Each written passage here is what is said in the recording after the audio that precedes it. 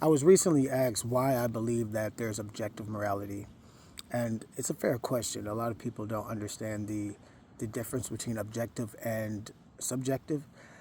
Objective means that it's reality, that it's real, that it's something that is that's based in truth with the capital T. Subjective is a taste. It's kind of it's an opinion, more like, whereas like objective is more fact based. It's more based in reality. It's the not just a perspective type thing.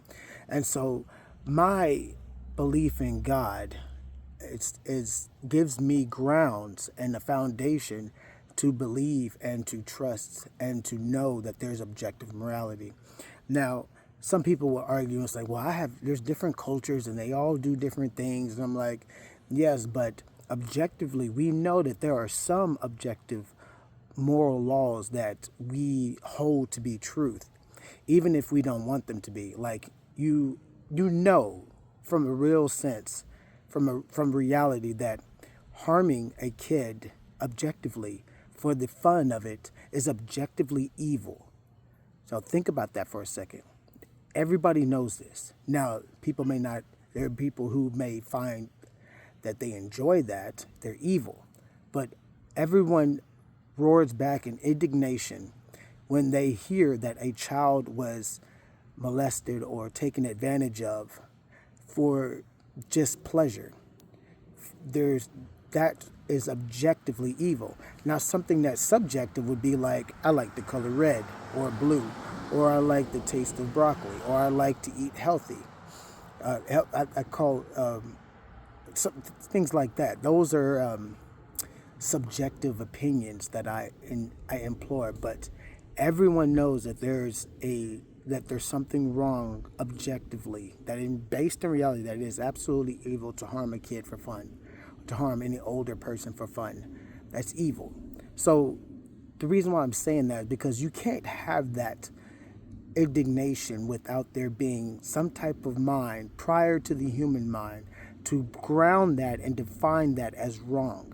This is why it says in the Bible that God written the laws on our heart. Like, we objectively know that there are wrong things: murder, stealing, adultery. Those things are evil.